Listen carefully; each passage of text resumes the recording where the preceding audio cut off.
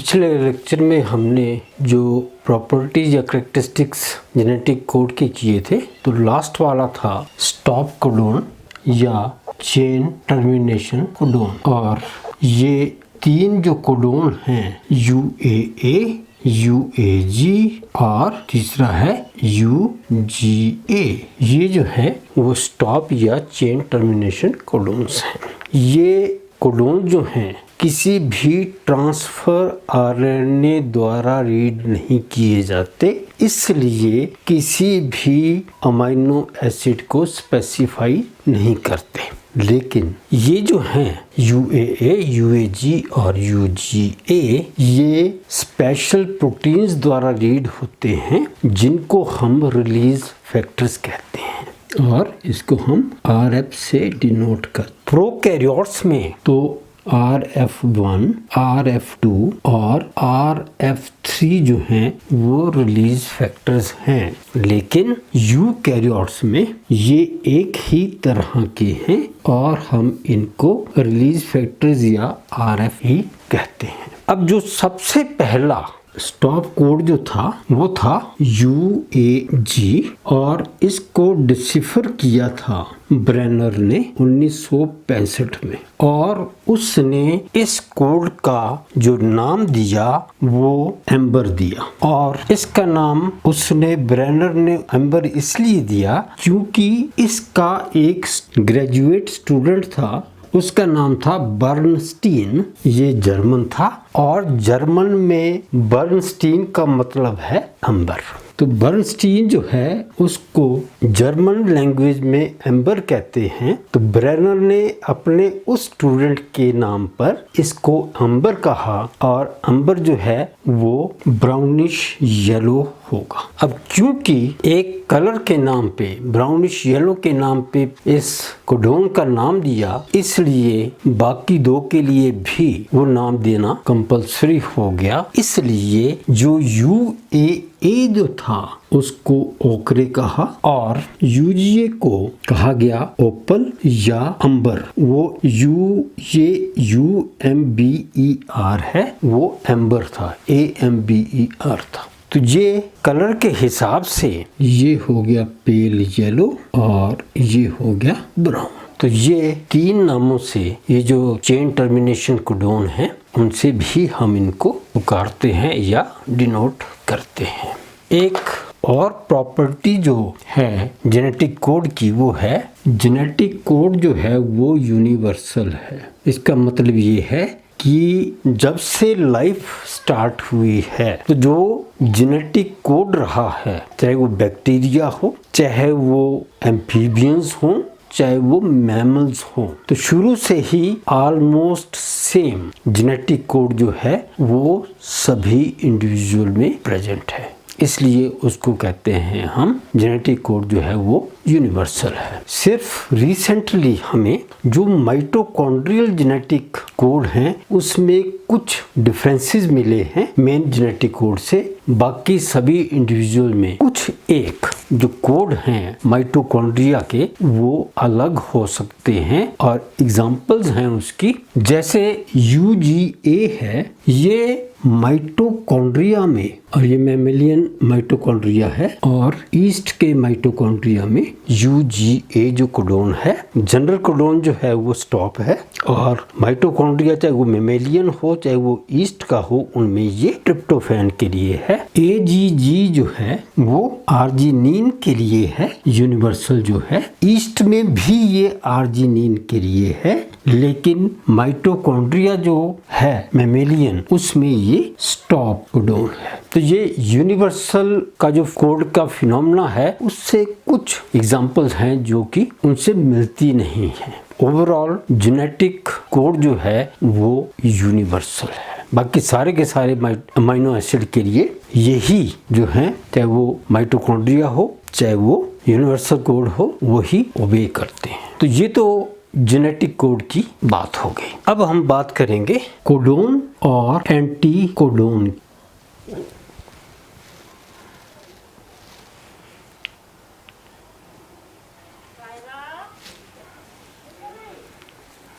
जो codon words हैं, codon है, ये आरएनए और डीएनए जो है वो एक दूसरे के कम्प्लीमेंट्री हैं, क्योंकि डीएनए पर ही सिंथेसिस होती है मैसेंजर आरएनए की, तो कम्प्लीमेंट्री हैं। तो कोडोन वर्ड जो हैं डीएनए के कम्प्लीमेंट्री हैं आरएनए मैसेंजर आरएनए के कोडोन्स के। कैसे? जो कोड हैं डीएनए के वो 3-5 डायरेक्शन में रन करते हैं और मैसेंजर आरएनए में ये इससे उल्ट हैं, वो हैं 5-3। ये 5- और 3-। इससे क्या होगा कि अगर यहाँ पे ये ए है, ए है, ए है, तो यहाँ पर जो होगा वो यू होगा। तो डीएनए में कोड जो है वो 3-5 डायरेक्शन में है, मैसेंजर आरएनए में वो 5- से 3- डायरेक्शन में होंगे। तो इसलिए जो 3- पे जो AAA है वो जब 5- पे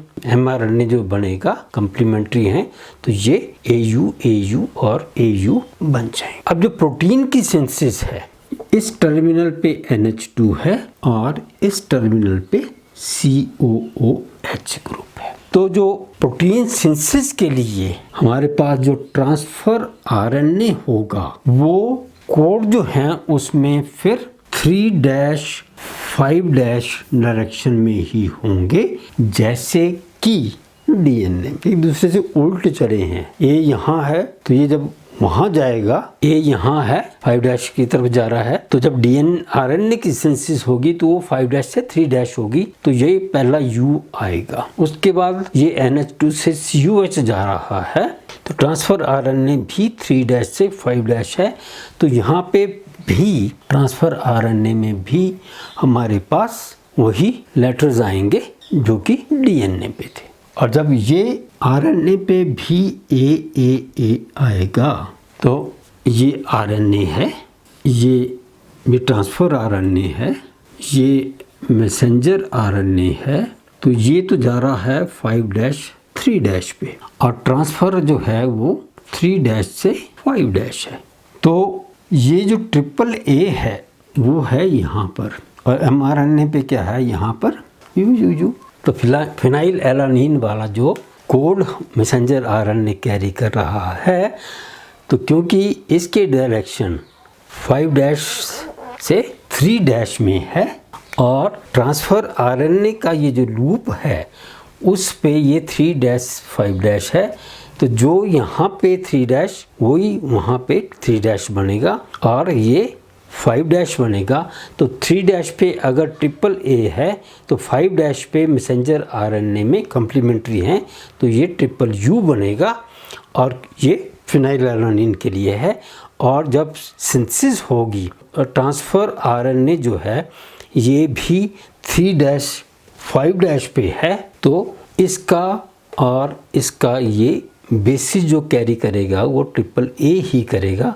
तो AAA ट्रांसफर आरएनए पे, तो ये रिकॉग्नाइज करेगा A के पैरेलल U, A के पैरेलल U और A के पैरेलल U, और इस प्रकार ये फिनाइल एलानिन जो है वो कोड होगी। अब क्योंकि मैसेंजर आरएनए पे जो 3 लेटर्स आ रहे हैं, नाइट्रोजनस बेसिस U आ रहे हैं, तो इनको हमने कहा यू को हमने कहा कोडोन। तो क्योंकि ये ट्रांसफर आरएनए पे उल्ट डायरेक्शन में चल रहे हैं, इसलिए हमने इसको कहा एंटी कोडोन। कोडोन के एंटी है या रिवर्स है, उसको हमने एंटी कोडोन कहा। इसलिए जो ट्रांसफर आरएनए वाला कोड जो होगा 3 लेटर्स वाला जो एक वर्ड होगा जो कि इंफॉर्मेशन कैरी कर रहा है उस पर्टिकुलर अमीनो एसिड के लिए, उसको हम एंटी कोडोन कहेंगे, और मैसेंजर आरएनए वाले के लिए हम कहेंगे कोडोन। अब इस हिसाब से देखा जाए तो हमारे पास कम से कम 61 ट्रांसफर आरएनए होने चाहिए, क्योंकि बबल हाइपोथेसिस की बात करेंगे हम, हमारे पास 64 टोटल कोड्स हैं। 61 जो हैं वो अमीनो एसिड्स के लिए हैं और 3 जो हैं वो स्टॉप कोडोन्स हैं या कोड्स हैं। टोटल हमारे पास 64 हैं, 61 अमीनो एसिड्स के लिए है और 3 जो है वो स्टॉप कोड। अब चूंकि ट्रांसफर आरएनए एक अमीनो एसिड को कैरी करता है तो इसका मतलब है जितने ये हमारे पास अमीनो एसिड्स के कोड हैं उतने ही हमारे पास ट्रांसफर आरएनए चाहिए, क्योंकि एक आरएनए जो है वो एक ही अमीनो एसिड को ट्रांसफ़र करेगा। तो क्योंकि हमारे पास 61 जो वर्केबल कोडोन्स हैं तो हमारे पास 61 ही ट्रांसफ़र आरएनए चाहिए। ए पर वाला जो है वो यू को करेगा, फिनाइलएलानिन को, फिर आर्जिनिन को, वैसे करके। तो 64 में से 3 तो स्टॉप हो गए, 61 रह गए। तो 61 कम से कम हमारे पास ये ट्रांसफ़र आरएनए होने चाहिए, क्योंकि पहला जो है वो फिनाइलएलानिन के लिए होगा, दूसरा फिर फिनाइलएलानिन के लिए होगा क्योंकि उसके कोड चेंज हो गए। तो फिनाइलएलानिन में हमारे पास यू और यूसी वाले कोड हैं। तो इसके लिए हमारे पास एंटी कोडोन जो ट्रांसफर आरएनए में प्रेजेंट होगा वो ए वाला होगा और इसमें होगा AAG वाला। तो 2 तो फिनाइलएलानिन के लिए हो गए, जिसमें 6 हैं उसके लिए 6 चाहिए होंगे, जिसके लिए 2 हैं उसके लिए 2 चाहिए होंगे।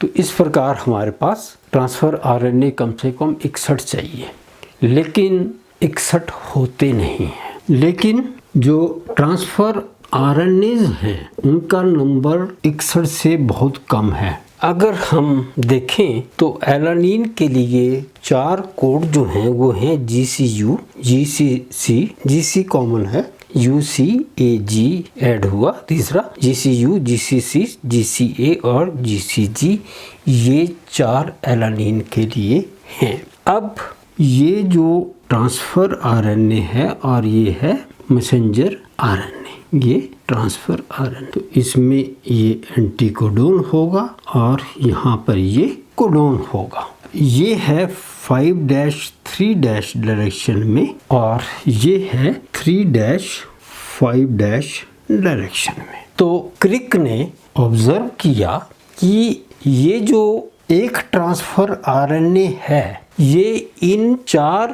कोड्स को स्पेसिफाई कर सकता है, प्रोवाइडेड जो तीसरा कौन सा होगा, ये वाला तीसरा जो बेस है वो नॉर्मल बेस की बजाय ये GC है, तो ये क्या होगा C और GCG। अब जो तीसरा होगा वो यहाँ पर I होगा। I का मतलब है आइनोसिन, ये एडेनिन की तरह ही है। तो अगर ट्रांसफर आरएनए पे जो तीसरा बेस है, क्योंकि ये भी 3-5- है, तो क्रिक ने कहा कि अगर तीसरी साइड पे थर्ड बेस जो है वो आइनोसिन हो, एडेनिन की तरह है, I हो, तो जो mRNA पे है उसमें 3 बेसिस जो हैं उसमें कोई भी प्रेजेंट हो सकता है। इसमें U, C और A कोई भी प्रेजेंट हो सकता है और इस तरह ये ट्रांसफर आरएनए जो एलानिन के लिए है ये GCU भी होगा, GCC भी कर सकता है और GCA को भी कर सकता है। तो नंबर ऑफ ट्रांसफर आरएनए जो हैं वो डिक्रीज कर जाएंगे, 4 के बजाय सिर्फ 2 में गुजारा हो जाएगा। GCG के लिए अलग होगा क्योंकि UC और A नहीं आया। तो तीसरा अगर C होगा तो यहाँ पे G आ जाएगा, तो GCG हो जाएगा, तो ये चौथा भी आ जाएगा। तो हमारे पास जो 4 होने चाहिए थे उसमें 2 में गुजारा हो गया। तो इसको हम कहते हैं बॉबल हाइपोथेसिस और इसको दिया गया था क्रिक द्वारा 1966 में।